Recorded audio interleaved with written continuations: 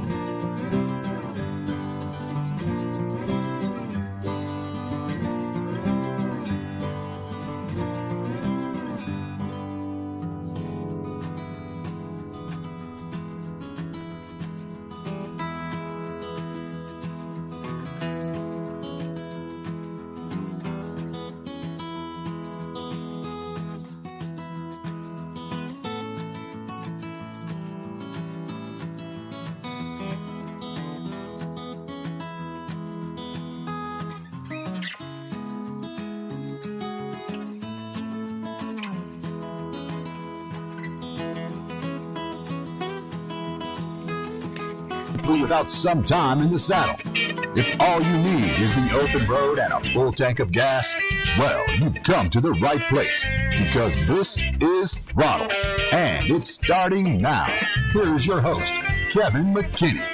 Hello and welcome back to Throttled, everybody. So glad you decided to join us. It's going to be a lot of fun tonight. We've got a packed virtual studio, as we normally do, but we've got one more with us. We'll start with him, Mr. Brian Honeycutt. How are you doing today, sir? Good. How are you? Good. How are you, Kevin? Man, I can't complain. Life's treating me pretty good. Let's see, who else do we have with us? I think we found Chris. Chris, how you doing? I'm doing good. Hello, everybody. Good to be with you. Chris has been lost and wandering in the Long Island wilderness. Yeah, he got his Jeep stuck in the mud last week. Pretty rough. Yeah, it's been rough out there. And obviously, we just heard from Larry. Larry, how are you? I am doing pretty good this week, Kevin. Can't complain. And rounding out our quintet. Now, see, y'all didn't think I had fancy words like that. Quintet is Tom. How you doing, buddy? Good. It's a good Sunday evening. It is that. And how about you, Kevin? How are you doing? I'm doing good. I'm doing good. I've had a good day. Nice, relaxed. Went out for a little ride today. I guess let's talk about that first real quick. Went out for a little ride today. Then went and visited some friends and just kind of chatted. All right, so they're saying there's a heck of a echo in the chat here. We have an echo. Echo. I have no idea where that's coming from. I don't hear it. All right, they said they have two audio streams. Oh, wow. Hello. Well, let's see. Yeah, I don't know how that actually happens here. All right. Okay. Only I have a signal. Everybody else is double. Wow. Brian, are you using headphones of any sort? I'm not. Nope. Mute. Okay, they're saying it sounds better now. So apparently it was just a glitch in the matrix there. So. Okay. All right, guys in the chat, keep us up. If it happens again, we'll get. I know Brian's got some headsets. We'll get him to throw that. That's the only thing I can think of that can be causing it is its feedback through his mic that we're just not picking up. But it sounds good to me. So, we'll move on. Just let us know, guys. Paul Lloyd, thank you, and sorry for everybody. Hopefully, it's not coming across on the audio. I'll make sure we get that cleaned up as well. All right. So I talked about my riding. Didn't do a lot. About 50 miles today. Just nice winding. Not really winding. Just riding around. Had a good ride. The one thing that caused me to do it short is in the midnight hours we had some storms come through and a lot of wind. Really strong wind gust. And the wind was persistent today, but when I started riding, it was all kind of protected, so I didn't really feel it. I did get blown almost into oncoming traffic. It whipped through there and hit me like a ton of bricks just suddenly. And I went from being in the far right-hand side of my lane on a 2-lane road, really close to that yellow line. And that was a pucker moment for sure. But other than that, it was a great day, great ride.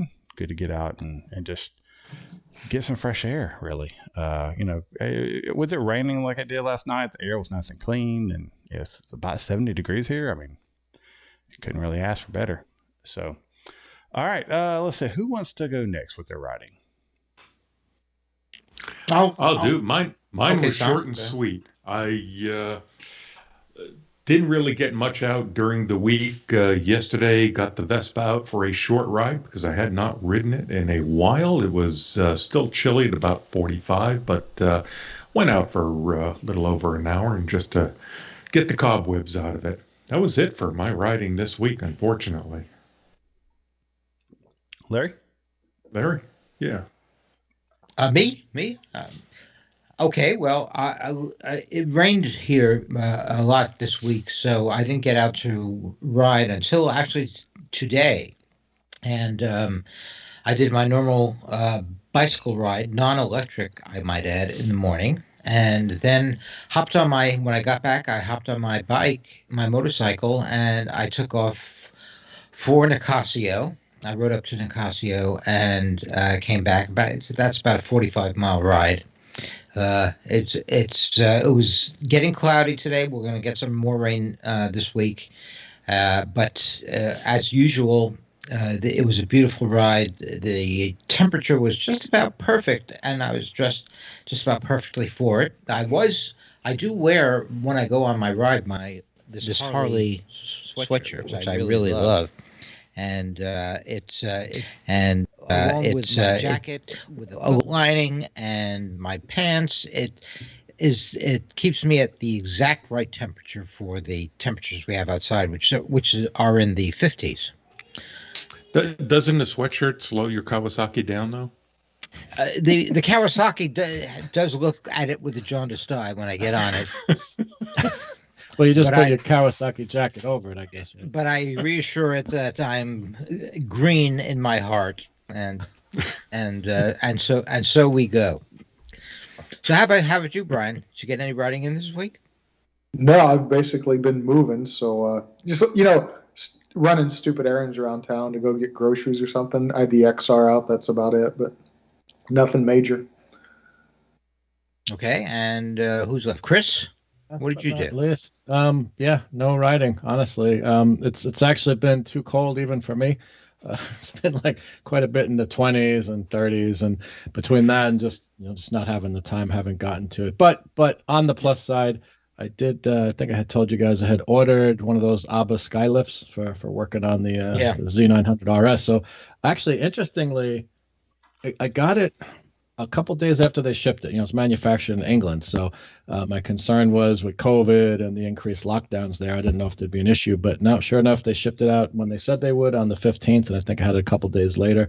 Got it assembled yesterday. So haven't put the bike up on it yet, but it's all good to go. And I think I have enough break-in miles in on the Wrangler engine now that I'm ready to tow once it warms up for track day season. So getting there. Oh. So how is your brand new Wrangler that you're spending so much time on? Oh, I love it. It's awesome. Yeah, and it for anyone who's had a vehicle like that, you probably know it's worse than a motorcycle in terms of how you can forkle it and whatnot. So yeah, now it's going to be a matter of splitting the budget, I think. But yeah, so which one's going to win? Where does the money go? The motorcycle's gonna win, but Sure, that's what you say now. Yeah. no off road. It's still brand new, so no off roading for a while. Sure. That's what they all say. Yeah. That's what they all say. All right. Brian, did you get a chance to go? Sorry, I was trying to Yeah, I setting. did. Yeah, no real writing this week. No, It's Brian's winter time. been moving. Not all of us are getting out too much. The only Might one, get up Larry gets a chance. Next week to go up and play in the snow a little bit on the XR, but that's about it. Nice. So he's going to go play in the snow on a motorcycle. Sounds good to me. Yeah, that sounds like a replaced hip for me if I go do something like that. All right. So what do you do when you play in the snow, Brian? You can just rain mode in the snow, see how that works. Turn the ABS on and off. Just mess around in parking lots. Uh-huh. It'll probably all be clear, but there'll be some snow up there. They got like 10 feet up there, so. Yeah. We've had a lot of precipitation this week. Well, great. Okay. So let's move on. All right. So topic for today is, do you get anxious or ever get anxious when you ride? Nah. And I think it's this time of year. And for those that have put their bikes up, maybe when they get back out and start riding again, maybe they're a little anxious. What say you, gentlemen? Do you ever get anxious when you ride? So is it anxious or anxiety? I took that article a different way until I read it. So, and it's not about going out on the ride. It's the anxiety or anxious as you are riding in or come upon certain conditions, right? That you may or may not be comfortable with. Yeah. Is that the gist I think of it? Could be both. I mean, we could talk about it in both ways. If you want to if you've got a thought on either, feel free to share it. But I think we can cover both avenues there. So if I think back, years ago, probably 8 or 9 years ago, I really did not like riding in the rain. So I became the 70-year-old grandma on my bike whenever there was rain out and tried to keep it upright. And that took me a while to get over that, to where, Kevin, you've been behind me in the rain. Doesn't bother me much at all. I do cut my speed down and lean quite a bit more, but still not an issue anymore. So I'd say that's about my only thing that I used to have. Not so much now that I can think of. Yeah, okay. I can agree with that, weather related anxiety or maybe something. Brian, what about you? You ever have, you do a ton of riding, right? And obviously you're going up and riding in the snow. Do you ever have, moments of anxiety or anxiousness, or you just kind of fall back on your training? Where do you fit on it? Yeah, when it heavy rains, when you first start out, it's a bit, right? You get a little anxious, but once you get into the flow of things and the way the bike feels, because it's a little bit more disconnected feeling, a little looser on the bike. So, yeah, those changes out here, it doesn't rain that much. So, yeah, you get a little anxious in that. But as soon as you get into the flow of it, it's not that big of a deal, And, I used to road race in the Midwest, and, we raced rain or shine. So, and I was on a low-powered motorcycle, so the rain was actually the big equalizer for me. So I actually enjoyed the rain. So even now, I kind of enjoy the rain. It's a nice mix up, but that's the only time, right? But again, it's all about, say, going up there and messing around in the snow. It's about pushing your limits and understanding the abilities of your motorcycle, right?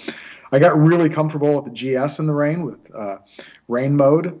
Until you hit standing water and you're not a little bit square in your lane, you'll go completely sideways, if you hit standing water, and traction control doesn't help you on that situation. So that stuff makes you anxious when that happens, right? You're like, yeah, the bike's got it. It's no big deal. And then that happens. So yeah, it happens even to the most experienced rider. It's just, you got to push your limits a little bit, and also don't get lackadaisical when these adverse conditions are happening. So yeah.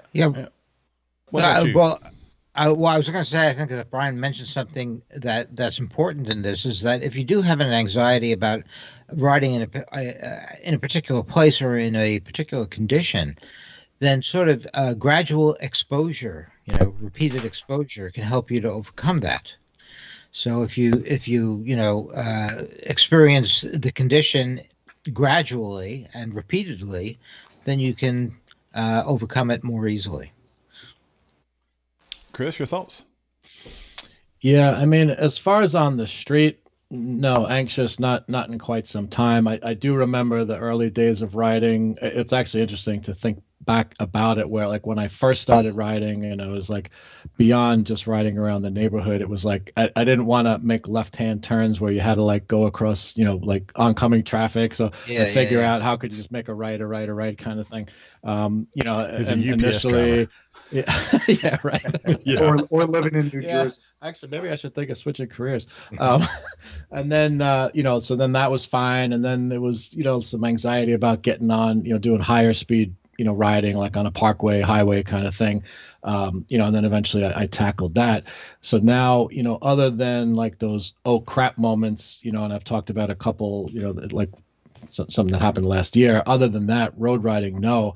But yeah, on the track, I guess I'm still dealing with that. I'm not really a fast rider yet, and I think that's part of it is just building the confidence, on the track, the confidence in myself, and learning the limits of the bike. And like I know I'm nowhere near the limits of the bike, but I just haven't kind of crossed that barrier yet. So actually, Brian, I'd be curious, like what, if any, tips like you have about that, if like you experienced it when you were first track riding or.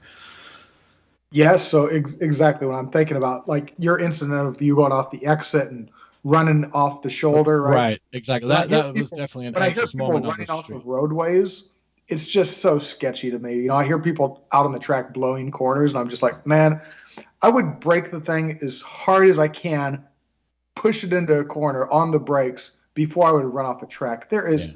I mean, Laguna Seca basically got shut down because of that one rider. But I mean, it's just there's the unknown. I would rather deal with the known than the unknown. So, right. So like Chris, as you as a track rider, the two main things are vision and brakes, right? Everybody's so focused on throttles and clutches. That front brake is the most important thing on a motorcycle, right? Yeah. And your vision. And again, when speed increases, a braking as you're coming to a braking point to a corner, and you tend to look closer out, and you should actually be looking further out. It's counterintuitive, turning your head instead of turning your eyes, and turning your head instead of turning your eyes, right? All these things go to the vision.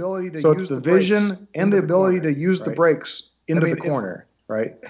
I mean, it's just so hard to break that. It's just so hard to break that deal of breaking into corners. But everybody does it in a car. Follow somebody on a mountainous road in a car. They all trail brake. Every one of them. Cut the apex, and they all cut the apex and trail brake to the apex. They all do it in cars. But when it comes to a motorcycle, people are just I don't know if it's something they. I guess it's training they heard, right?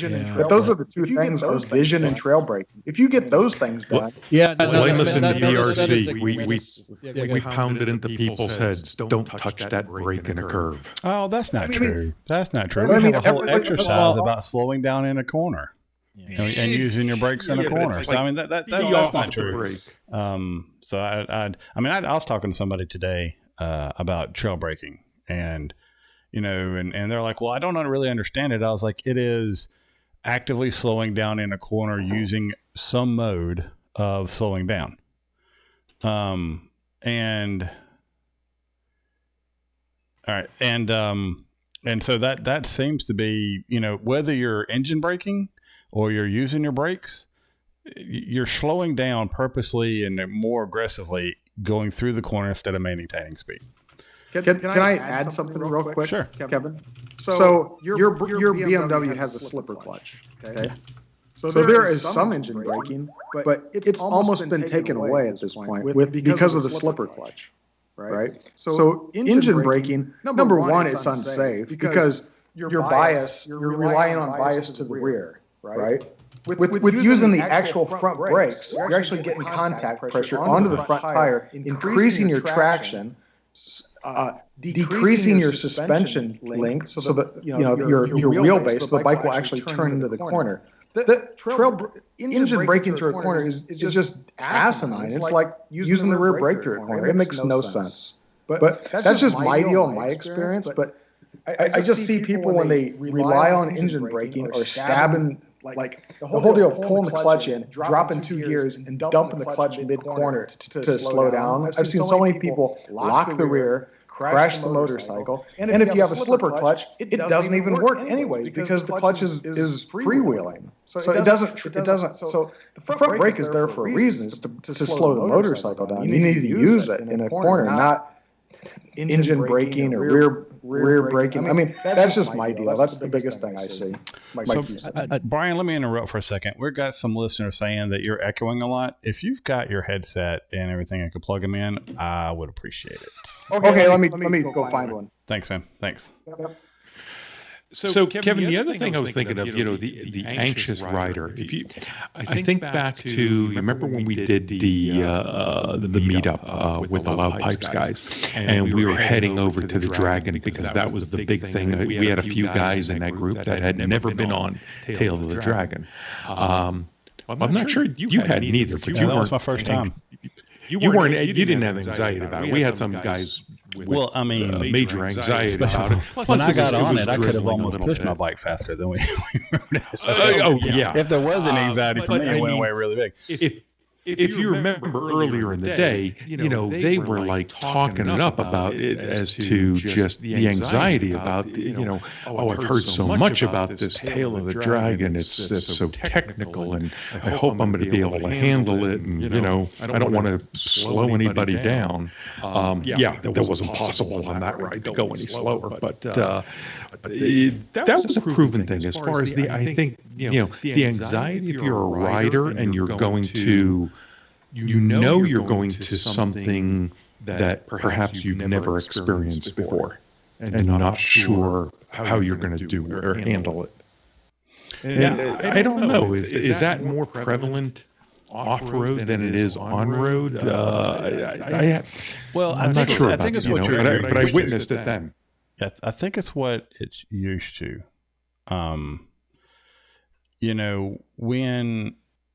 If you're used to riding off-road and that's kind of where you've become comfortable, and then you get into a situation where everything's okay, right? You're not necessarily pushing the envelope, and it's your norm. So, I mean, if you started as a street rider and go into the dirt, you have trepidation about it. And I mean, I do. I mean, every time I get on and I'm going for a dirt ride, the first time that rear wheel just moves a little bit and I'm not expecting it to, it takes me a minute or two to get back into that mode. And even going from a dirt track that I'm fine with, and then go over to a street section that's a decent amount of miles, and then get back on the dirt, that first little scooch and skitch of the back tire, slip and slide, it is kind of, okay, wait, I'm back on the dirt, and you get back in that mindset and you adjust quicker. But I think there's, if you're not doing both regularly, you may run into that. Or if you're really experienced, you might be able to go a long amount of time. But for me, I really think that it's, I get anxious if I haven't been on the bike for a while. And especially after I had that accident, obviously, even though that accident I had was off-road, there was hesitation when I got back on the Tenere at the time. And then when I got back on the, KTM, which I've only done maybe twice since then. I was very nervous for the first little bit, and then I got over it. I was able to just be my normal self on the dirt. But anytime you have a sketchy thing happen, and I'll tell you, I mean, I was riding today when that wind blew me over. Right, there was a moment it was just like, the next opening, like you're kind of bracing, you get that anxiety out of it.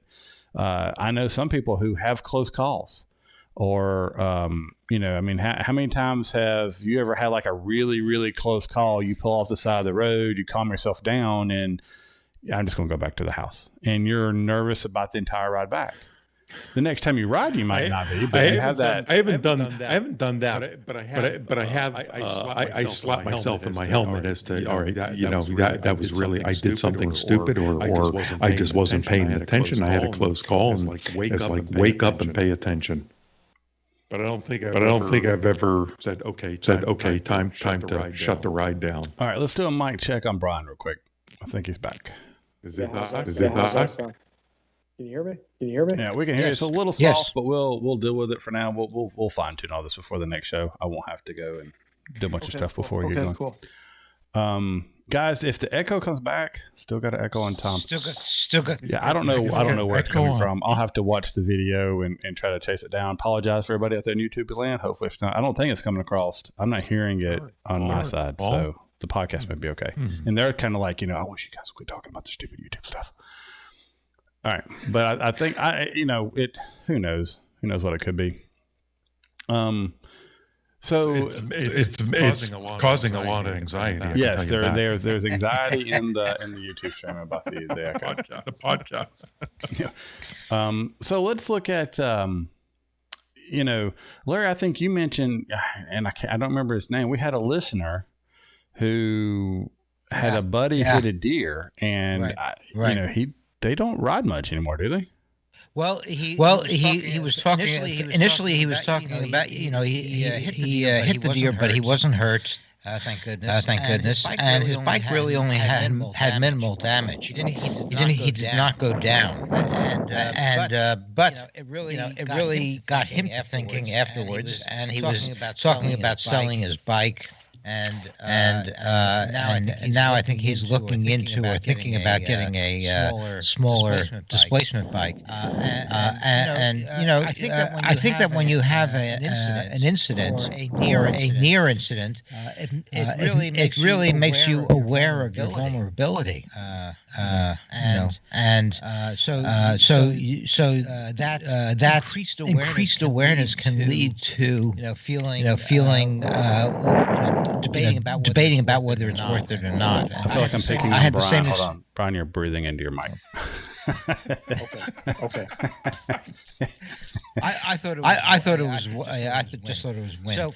So I've had the experience. I've gone down, as you guys know, a couple of times, and afterwards I definitely was more anxious about riding.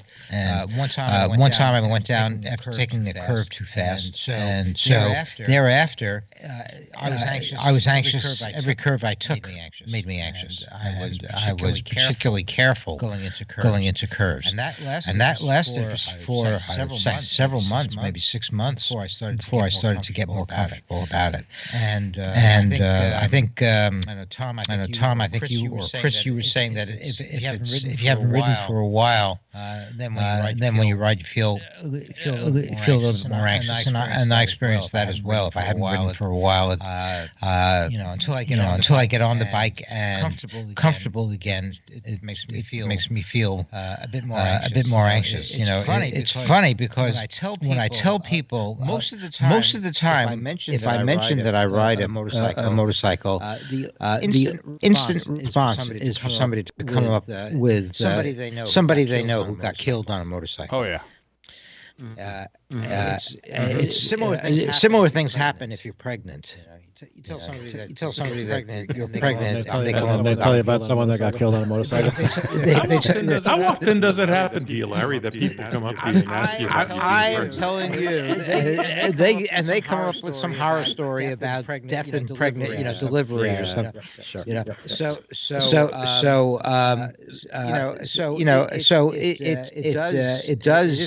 is doesn't. It makes other people anxious if I tell them that I ride. I find that the best cure for that is to get on the bike and ride. And once I'm on it for a while, that alleviates some of my anxiety. I am generally an anxious rider. You know, as you guys know, I wear an airbag vest, and I'm always wear all the gear all the time. And I'm very careful on the bike, as careful as I can possibly be. Doing all of that, that tends to allay my anxiety enough so I can enjoy it. That's my recommendation. If you want to ride but you feel anxious about it, take all the precautions you can, ride as carefully as you can, and enjoy the rest. Yeah, it's interesting though what you mentioned about the gear and stuff. I also believe in gearing up, and I wear the best gear I can afford and whatnot. But I remember mentioning maybe early on, when I had first joined you guys on the podcast, realizing I needed to get over the idea that when I put on my gear, I was invulnerable. Like I realized, like I felt like I was putting on my Superman outfit or something. You put the helmet on and the armor and the whatever, and it's like, well, okay, hang on a second. I mean, yes, I'm protecting myself, but there's still stuff can go bad. So let's tone it down a little bit. Yep. I once, it was funny. I had my brother-in-law ask me as to this was years ago, as to when I gearing up. He says, "Well, why do you put it? Why do you put everything on if you're just going around town or going to the store?" And so my answer to him was a standard. Well, the pavement is just as hard 5 miles from my house as it is 100 miles from my house. Yeah. Yeah. And I mean, and I know we're kind of getting off into a gear thing, but that's just the what ifs, right? I mean, anxiety is one of those situations where, I'm nervous about what will happen, right? Wearing gear is prevention of what could happen. Right. And so, there's a big difference there. Yes, I think all of us have had the situation, Larry, where, I had a guy, I last Sunday, sitting around talking to some guys, and this gentleman says he didn't know that I rode. Somebody on there was talking about riding, and he's like, if you ride that motorcycle up to my house, I'm going to go out there and, rip it apart with an axe. And the guy just kind of stood back, and I'm sitting there, I was like, really? So who do you know that had a bad accident? And he got into a story, right? But everybody's got that story, and a lot of people are very passionate about the false statistics that they know about it. And you have to do your best to ride safely, but you also can't let others' anxiety or fearfulness or whatever it is affect you. If you're wanting to ride, take precautions and do what you think you need to do to make yourself feel as safe as possible. If that's riding around your neighborhood 3 laps to get the winter cobwebs knocked off, do it. If it's, whatever you need to do. The fact that Brian and Larry, and let's pick on Brian for a minute here, because he's a new guy, we can do that. If Brian, as talented and probably more experienced than the rest of us put together, is out there practicing, that should be a sign to those of us who aren't that skilled that we need to go out and practice. And you become more comfortable, the anxiety level drops down. And yeah, we're all going to hit that situation where we run through water, like Brian mentioned earlier, and the tire gets a little squirrely, and we save it. But the next time you see that water, you can't lock up. You have to, be prepared and maybe approach it slower, or take a different waiting position and square the bike up, and all the things that you wouldn't normally try to do. So I think we've beat this horse, unless anybody else has anything else to share. Brian, since we were picking on you, do you have any closing comments? No, I think, if you have anxiety, you should work on it.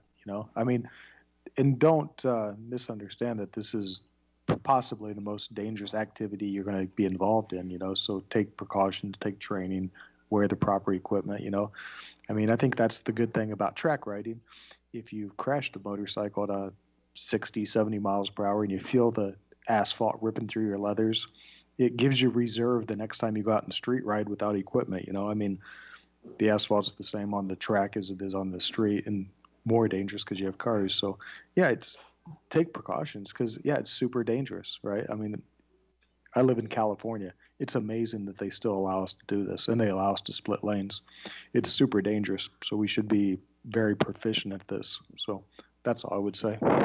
Now, if you want to talk about the lane splitting thing, to get off on a rant, that same conversation we were talking about the guy who's going to rip apart the motorcycle, we started talking about lane filtering and lane splitting, and they were just like, you mean to tell me you want to be able to ride between cars? And I said, well, I want to move up between cars and, better my position. I was like, guys, you've never been stuck on an interstate in the middle of July in Alabama on a 110-degree day, breathing in exhaust fumes. Well, on that's an the price. air-cooled V-twin. Yeah, and that's the price you pay for riding. I was like, no, it's not. I was like, that's absolutely not the price I pay for riding. I said that all I'm asking for is a legal way to move myself to where I can be safe and not pass out and, hurt myself or others because of the noxious fumes and the heat stroke. But no, it's not safe. Other people, I'm like, let's not worry about other people. Let's think about it. If I'm slowly creeping in stop traffic, almost with my feet down sometimes, and able to move through, and go to California, it happens all the time. Go anywhere else in the world, it's perfectly okay because they understand. But here, we tisk, let me hold your hand. It would be something in certain situations that I was advocating. Well, they were adamant. And the thing is they're not riders. But they're just like, we just want to keep you safe. I'm like, don't worry about keeping me safe. I got that. I'm good. Put down your damn burger and your phone and pay attention to your driving. That'll keep me safe. Honestly, that's kind of where the conversation went. And I was like, well, it's not to distract the people in that scenario. It's the people that want to cut you off. I'm like, yeah, there are those people out there. And I'm not going to deny they're not there. But, right. I want to be able to move forward. Just let me get to the next exit, or let me get to the front of the line. So I think the argument for lane sharing, lane splitting, filtering is not for our convenience. It's for their convenience, right? It keeps traffic moving, it minimizes space, and it's also for our safety. I can control everything in front of me. I can't control anything behind me, right? Yeah.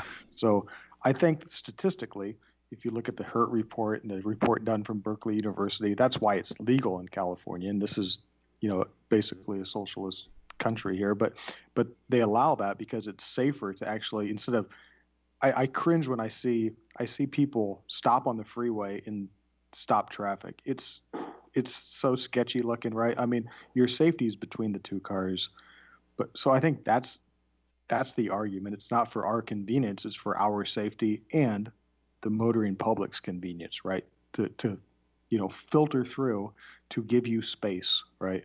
Mm-hmm. I think that's the proper argument instead of saying, well, it's hot out here. Yeah, everybody's hot, right? Everybody's got the fumes, but it's not for our convenience. It's for the motoring public's, convenience and our safy. Yeah. It'll grow. It's up for vote again in Oregon. So if it gets through in Oregon, that'll be the third state in the country that has some form of it. Yeah, I think what was Utah that passed a lane filter? Utah has it in place. Hawaii has the shoulder thing to the next exit. Yep. You can get on the shoulder and ride to the next exit underneath, I think, 25 miles per hour. And there are different kinds of lane filtering / lane splitting. What we're talking about is what you do when the traffic is stopped or moving very, very slowly. Mm-hmm. And that, I think, is the the best application of this. However, out here in California, I've seen people splitting lanes where the traffic is moving at 20 or 30 miles an hour, and they're zooming between cars at 60.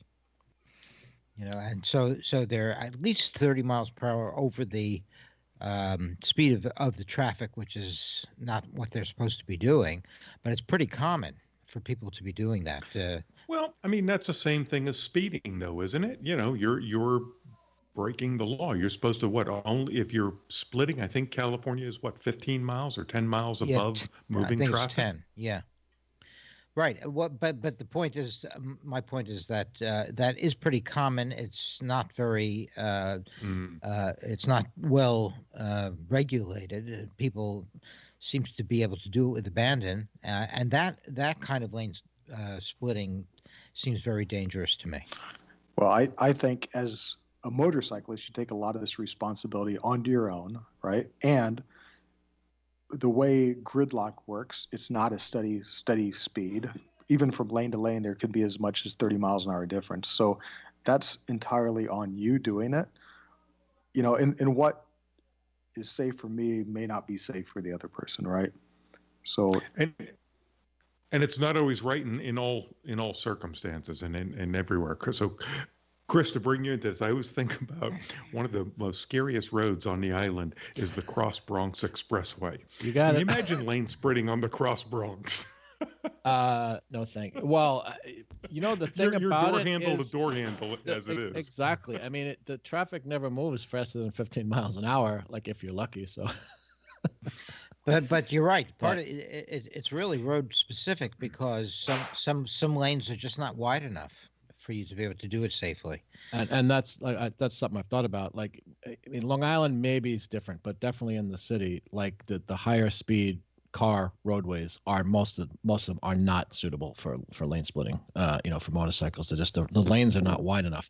I do see guys do it, but that doesn't mean it's smart. Again, I think that's on everybody's ability and their comfortability, right? Like, I ride with side cases all the time, and I have no problem. My handlebars are the widest part of the motorcycle. Right. I have no. I mean, I have a pretty good judge of whether I'm going to make it or not, and I just hesitate until that gap opens and then go, right? So, yeah. What my ability may be, this is something I do all the time.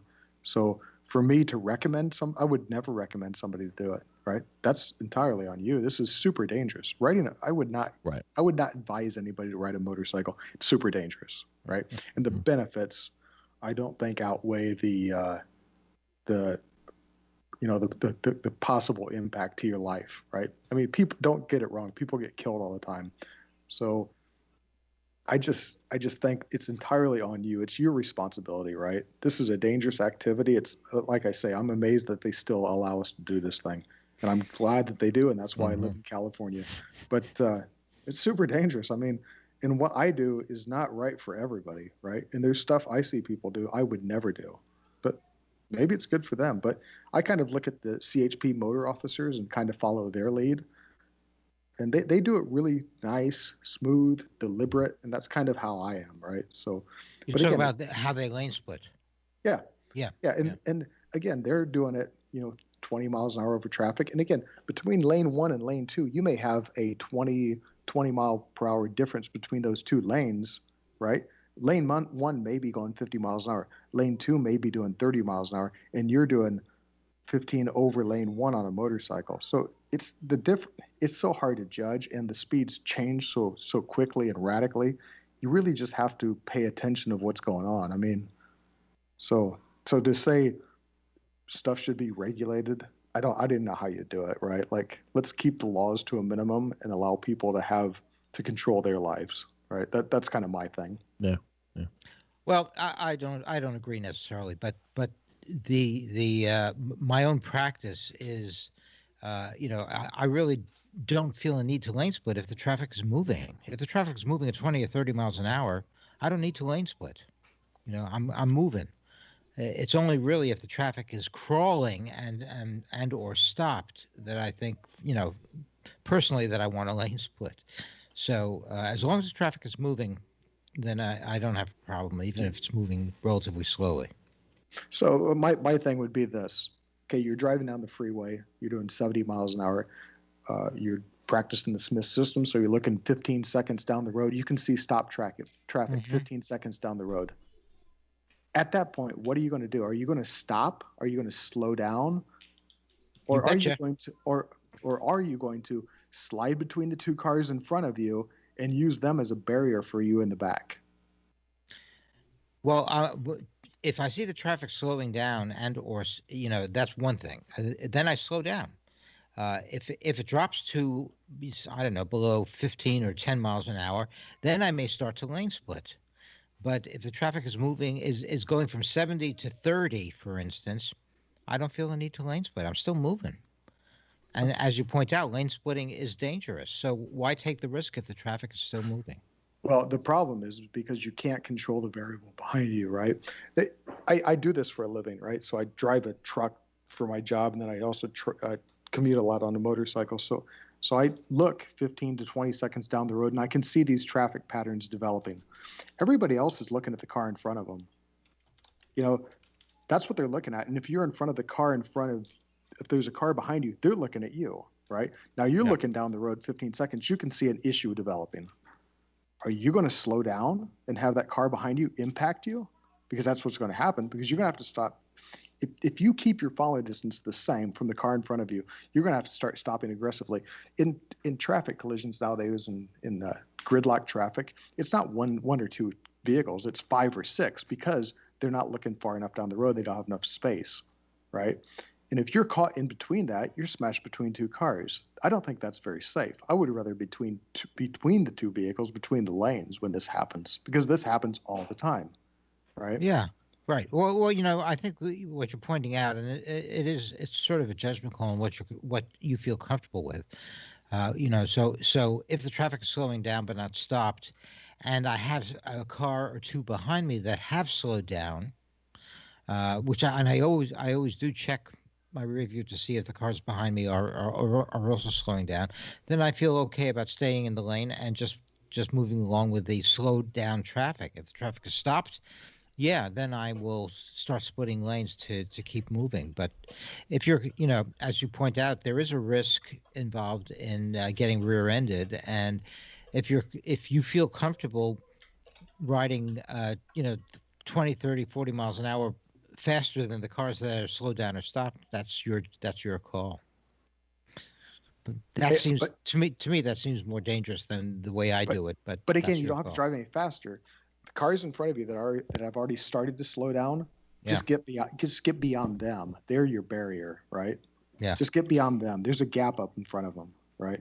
Yeah, well, I can see doing that. You're saying that you can just get beyond them and then slow down and either move with the traffic or split lanes. Correct. It's not like I got the cruise control on or anything. I'm continually, my fingers are on the brakes and my hands on the throttle. I'm continually adjusting this. Yeah. Well, I think it's situational, right? I mean, if you're slowing down and traffic is slowing down and it's all kind of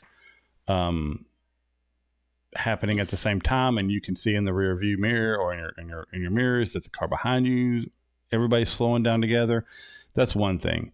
If it's a quick stop on the interstate to where, it's like, oh, wow, this happened kind of quick, and you look up and you don't think this guy's going to be slowing down, sliding between cars just to give yourself that buffer, things settle out, you merge back over into the lane where I'm at would be what you would have to do. Yeah. That's a different scenario, right? So, I mean, and that's how I'm kind of looking at this. I mean, even in the ARC through MSF, one of the drills that one of the first things you do in that ARC is you stop behind somebody, you notice a car behind you is accelerating too fast, change lanes and, get between the cars. That's one of the first drills that you do, one of the first exercises. I couldn't remember the word exercise. Sorry.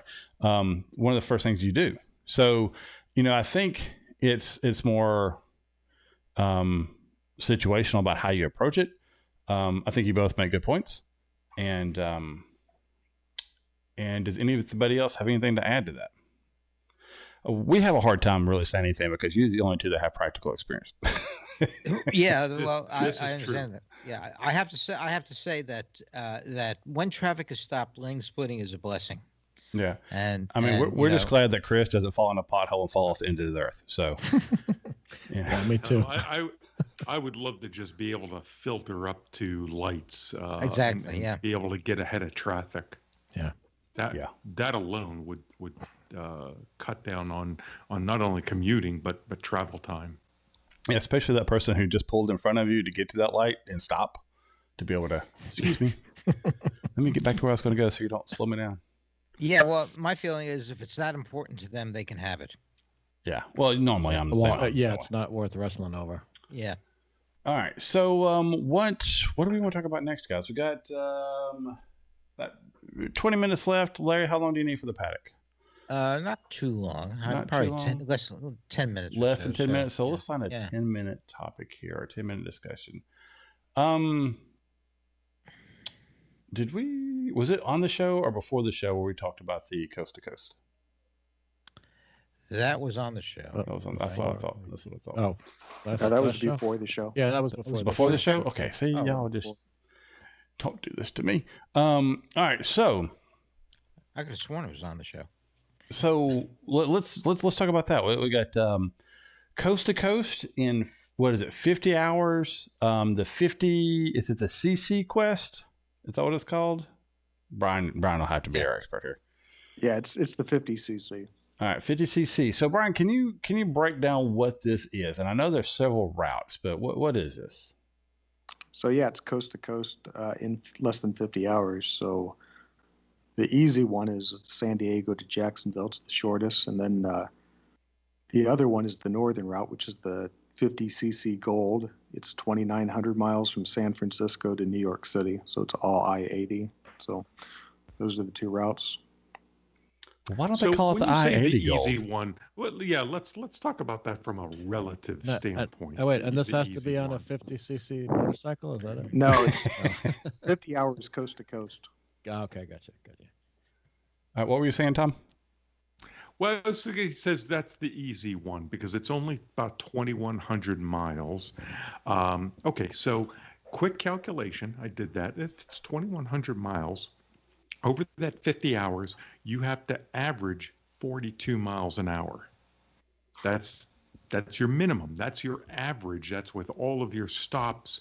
If you stop to sleep, you got to get that average back up. So that's what you need to approximately make it. So Right. let's take it's so how many miles is it? 2,100. 2,100. Let's just for giggles say that you've got your bike to where it'll go 180 miles per tank. So that's roughly, we'll say, just for safety, 12 gas stops, right? Am I doing my math right? That may be wrong. I just top of my head. So if we do 12 gas stops, 15 minutes per stop, well, that's hours at a gas station. I think you're not understanding. Like a fuel stop, if it takes you 5 minutes, you just lost. I mean, you got to make it quick. And again, a fuel stop for me is a fuel stop. I don't do anything. I don't get off the bike, right? So I pack stuff I want to eat in the tank bag, and then other stuff to eat on the top box. And I'll make another stop to take a leak or something, and switch food from there to there. But yeah, you got to keep moving. I mean, I did 1,800 miles in 24 hours last year. And I mean, it wasn't hard, but I kept moving.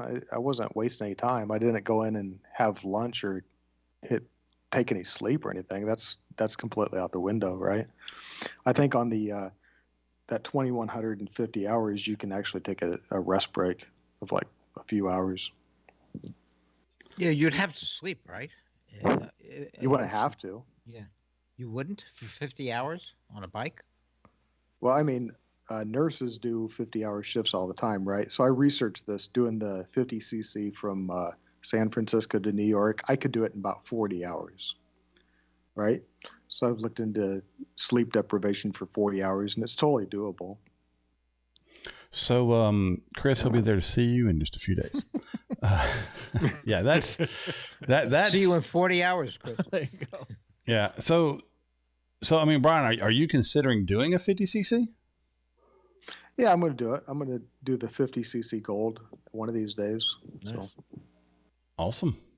I That's mean, awesome. the record's 39 hours. I don't think I can break the record. A guy did it on a multi-strata a few years ago, so he was averaging, triple digits most of the time, and I'm not going to do that.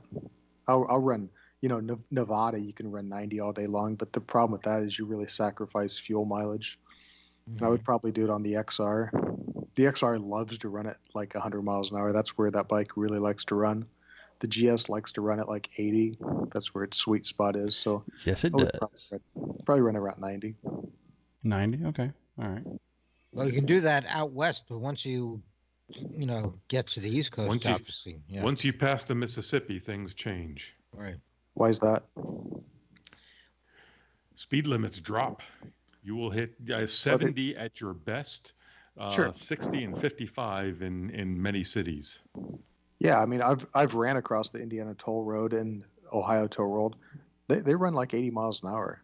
So all across Illinois on 80 through Nebraska, I've run that route quite a bit. The speeds are pretty high.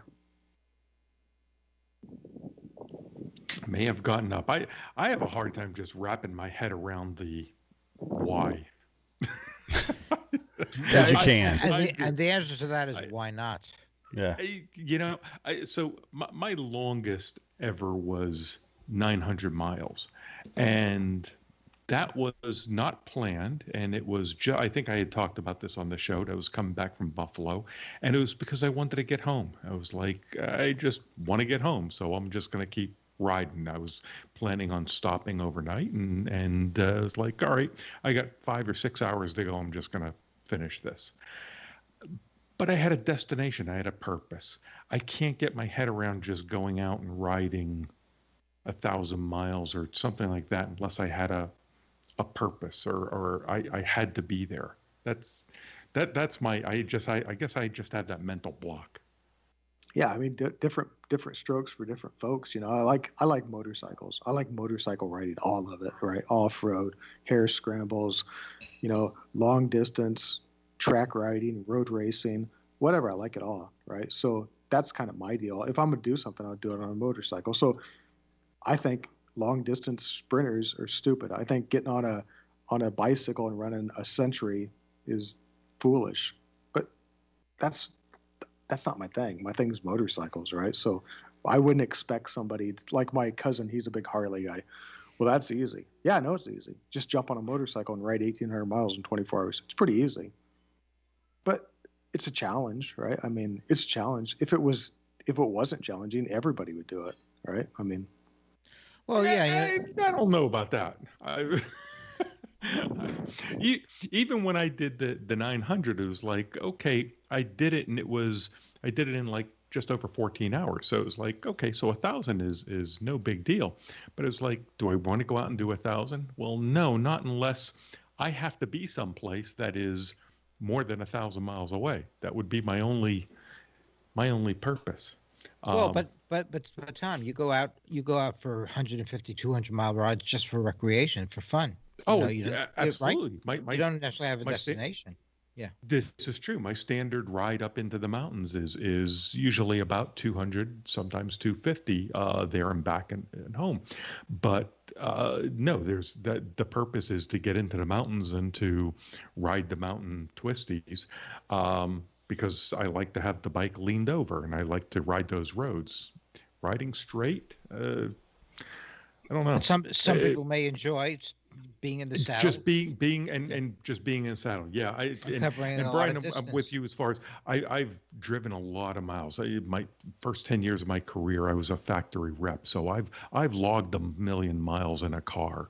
I've logged 1,000,000 miles in the air. I have no desire to know or drive distance on a motorcycle without purpose. I think another thing is what can you do, right? Like, if I knew right today, so my parents live in Indiana, right? If something would happen, I could jump on the motorcycle and be there in, 24 hours. right? I think that's kind of the thing. I know what I can do, right? Well, it'd be easier to take a airplane. Yeah, but when I get there, I got my motorcycle there, right? And I did it myself. It's independent. It's independence. It's that great American spirit. That's why I don't take my motorcycle to dealers to have them work on it. I work on it myself because I call it whatever, but I just like to be able to do my own thing and not be dependent on somebody else. That's just my deal, right? So, I mean, and again, I don't get down on people. Whatever the choice is, if you want to take your bike to a dealer and ride a couple hundred miles, cool. But I mean, I like to ride long. I like to do all of it, right? So, I don't feel like I have to justify why would you get on a motorcycle and ride 2,000 miles straight? Because I wanted to. Yeah, I mean, but that's the thing is that Kevin or Chris, what's your opinions? Well, I kind of see it as a, you're doing what you want to do. So if you want to get on and, like for me, like if it were a, saddle sore, could I do that? I got close, but man, I was physically hurting when I got at 616 miles. I still had 300 and whatever the math comes out to, 84 miles to go. My back was hurting and everything. Could I push through that? Can you push through that and meet your goal? Does that mean the next day I want to be wanting to jump on the bike and do it again? No, wherever I'm going to, I want to be there for a while. I want to enjoy it. I want to take my time coming back. Other people, they do that and then they, they tag the marker, they fill up in gas, they turn around and they come back and they're doing, a burner or something like that. So, it's just can you do it? Can you get the challenge and everything? Once in my life, I like to say I at least gave it a shot. But I don't that kind of riding, just on the interstate, go. I personally don't enjoy. I'm kind of with Tom on this, but I understand people who do that. Hey, I love being on the bike. I love the feel and the wind and the speed and that's what they love. And to me, if that's what makes you happy on a bike, knock yourself out, have a good time, be safe. So, Chris, what are your thoughts? And Chris, what were you going to say? No, I'm kind of with Kevin on that. Like, that there's, it's something I've said in the past. There's lots of ways to enjoy motorcycles. It's actually interesting for an activity where there's a fairly small percentage of the population that does it. There's a tremendous diversity in terms of how people do it and what they enjoy. Endurance riding, at least at this point, does not appeal to me. But like Kevin said, I get why people would do it and, can understand or appreciate the challenge of it. Just like there are people who love trailer queens, right? Like their thing is they put together a beautiful bike full of chrome that's like an inch off the ground and you got to be careful because it scrapes everywhere. But, they load it up on a trailer and they drive it hundreds of thousands of miles and you unload it 10 miles outside of town and you drive into town and, you enjoy the week or whatever. Like that's a way of doing motorcycling. Yeah. So, but it's an interesting thing because I've thought about that. Like where, for each rider, where does the challenge come from? For some people, it's working on the bike. Some people get into racing. My thing now is track, right? That's where I'm finding, new ways to challenge myself. So I guess that's the thing. As long as you're keeping your interest in the game, you're finding ways to challenge yourself. It's all good.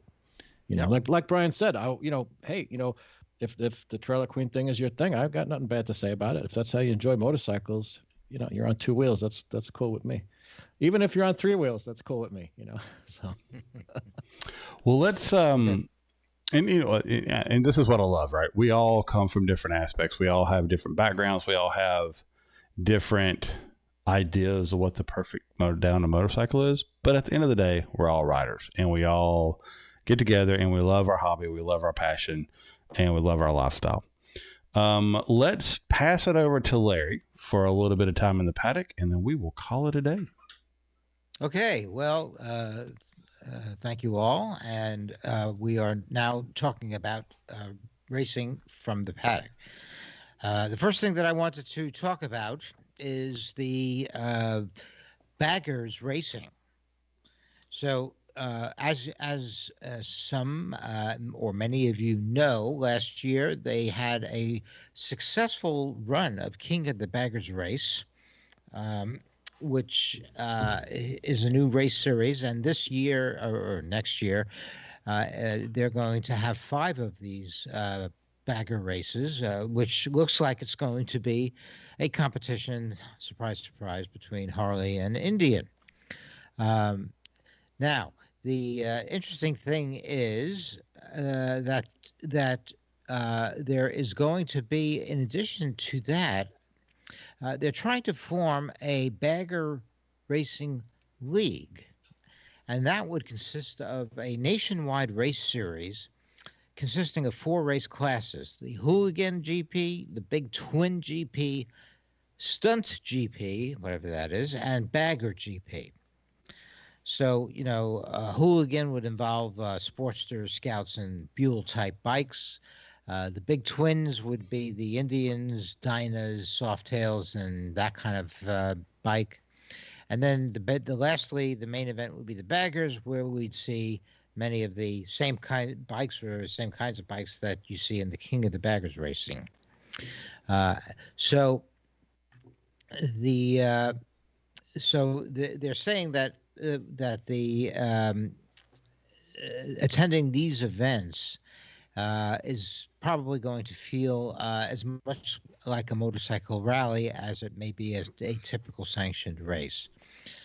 So they're really trying to appeal to the average rider who identifies their bike with the bikes that are going to be on these tracks.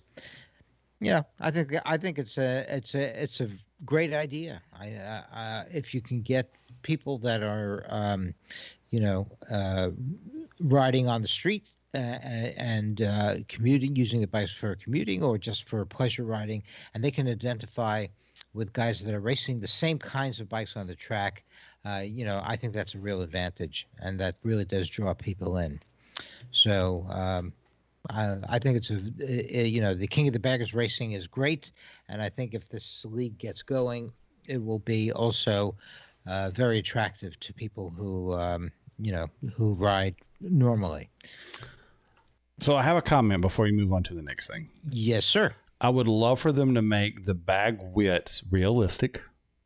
Like the bags have to be a certain size, and a realistic size, like, what you would buy if you went into the store. Mm-hmm. That's what comes on it, and that's what you got to keep on it. I'd also like them to make it to where the only customizations you can do to the bike are aftermarket products that are available to everybody. They actually are. So the bags are the same size. They look shorter because the rear suspension is jacked up, and the rear suspension you can get from the suppliers. That the King of the Baggers. They were narrower, weren't they? They were thinner. They absolutely were not. Oh, were they not? I looked at Tyler O'Hara's bike. That bike was pretty stock, right? Okay. I mean, it had a long travel shock, right? Had different forks, had different brakes. But other than that, the body work and stuff was basically stock. And it had those crazy clip-on bars. But again, the reason this King of the Bagger has started, and again, the reason you didn't see something like a BMW K1600 is because it's drag specialties. They're like Roland Sands catalog.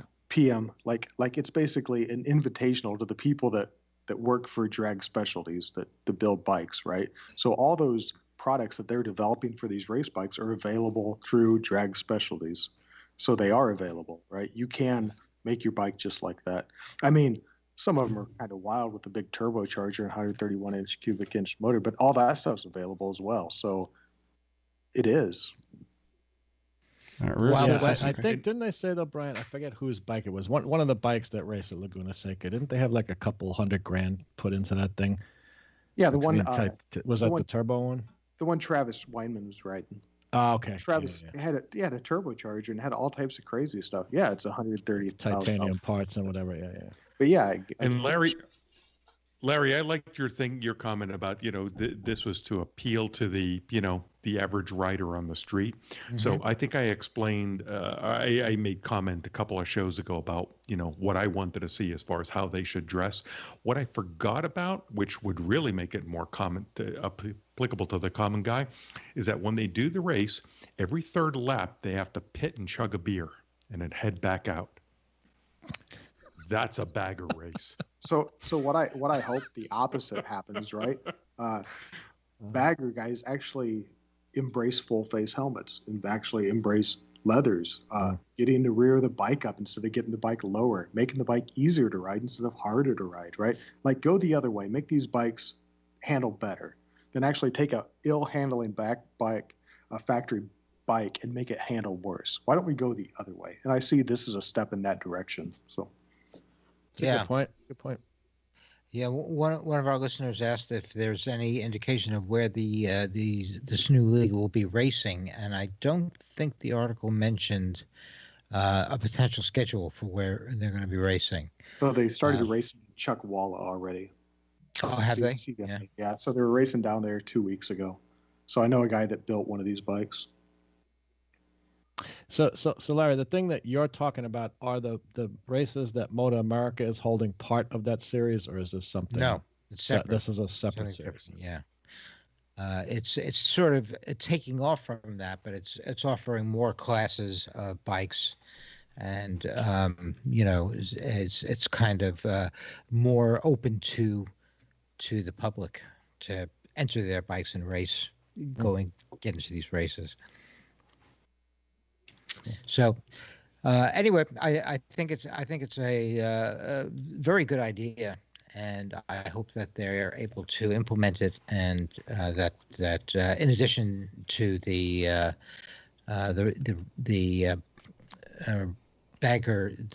super bagger racing that has already been implemented, I hope that this takes off as well.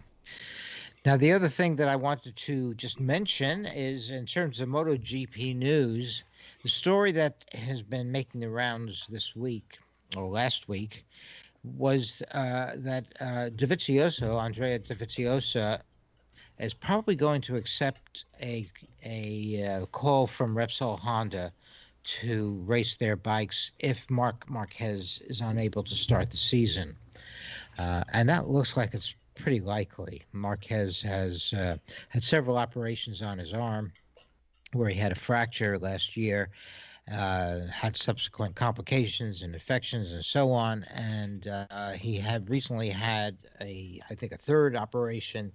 So there's a real question as to whether he'll be considered healed enough to go racing. And so if Dovizioso joins the Repsol Honda team, that's going to be a big deal. Now, he does have experience riding the Hondas. I think he was on a Honda team before he joined Ducati. So he has some experience with the bikes.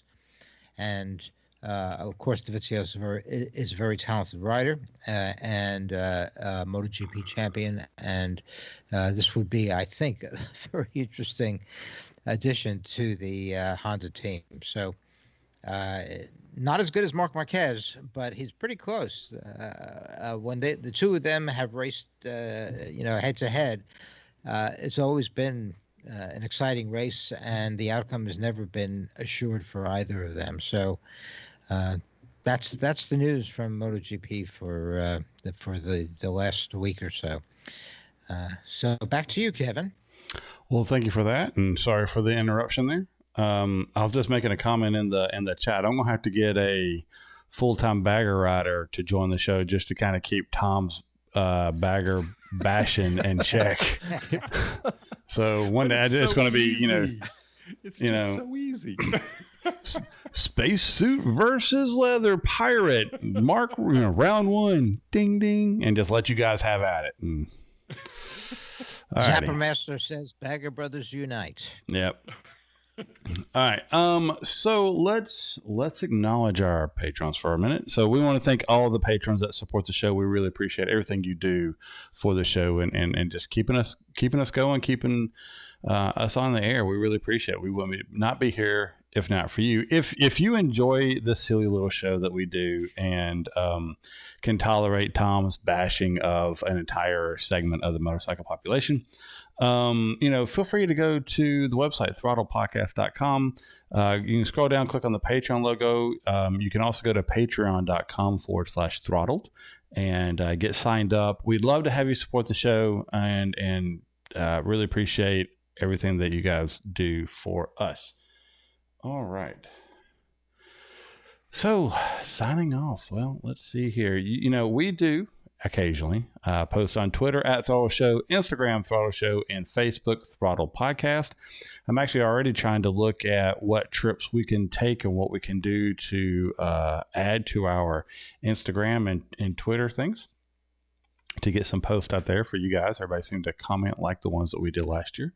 So we're looking at what we can do, and who knows what this year will bring. Hopefully more trips, more riding, and more fun.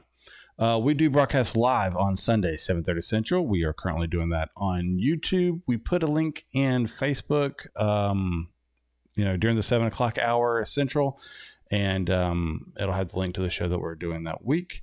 I'll look forward to seeing you all with the live stream. Apologize for all the technical jargon at the beginning about the echoing. We got that worked out. Obviously when we stopped talking about it. And I think that about does it, right? We did the paddock, we did the Throttle crew members, where we are, feedback at throttlepodcast.com. Write us an email. I actually got an email. I want to end with this if I can find it fast enough. Got an email from our good friend Ted over at the Motorcycle Men.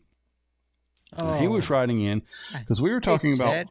Hey Ted, it's been a while. I need to actually give him a call. I haven't chatted with him in a while. We actually talked about, now where did he send it to? This is the thing, is I got to find it in my multitude of email boxes.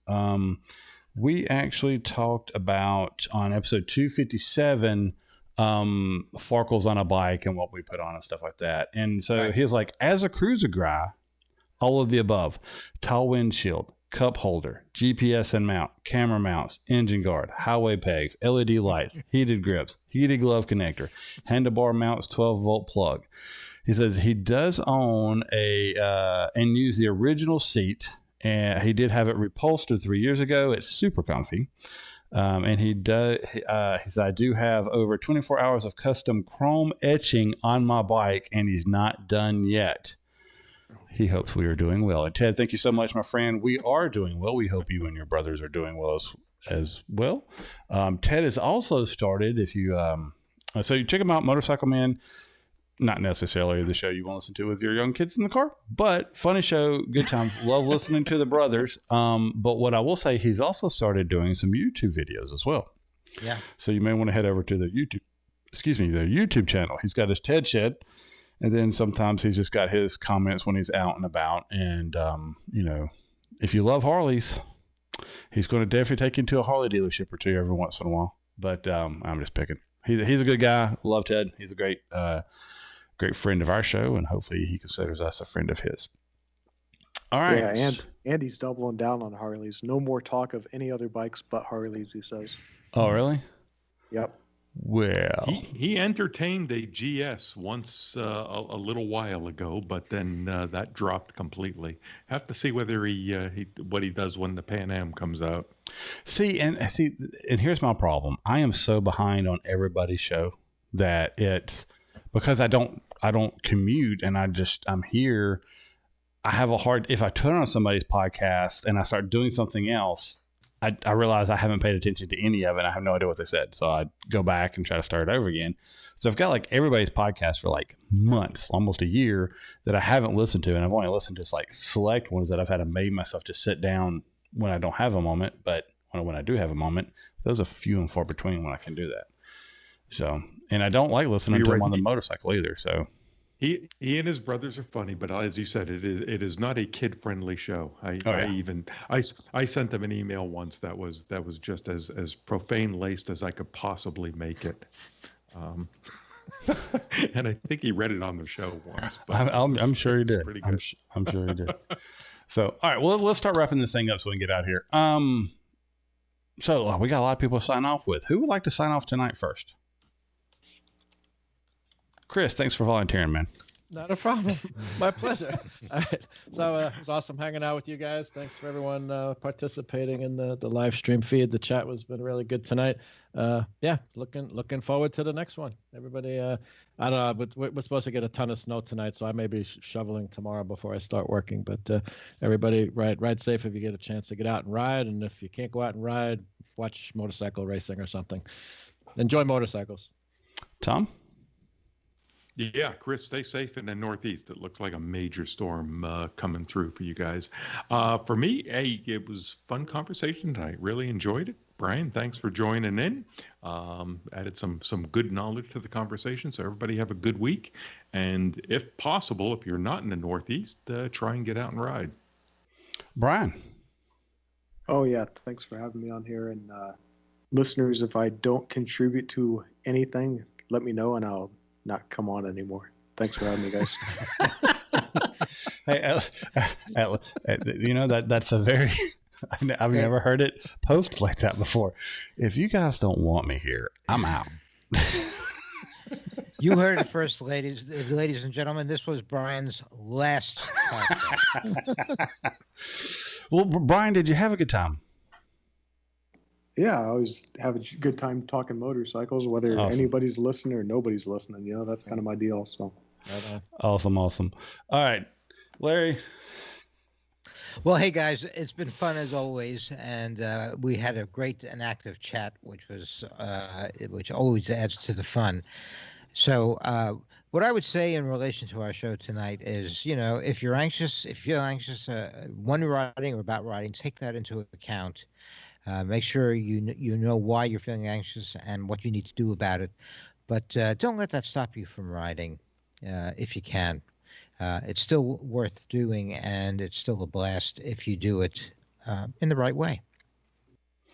Yeah, this was an episode where we definitely had a little bit of the ADD creeping in there. So appreciate everybody hanging on with us. We were all over the place, but I had a good time, and I'll never forget Brian. That comment at the end, that was radio gold right there. All right, so hey everybody, get out there and ride if you can. If you're out there riding, ride safe. We'll see you all next week.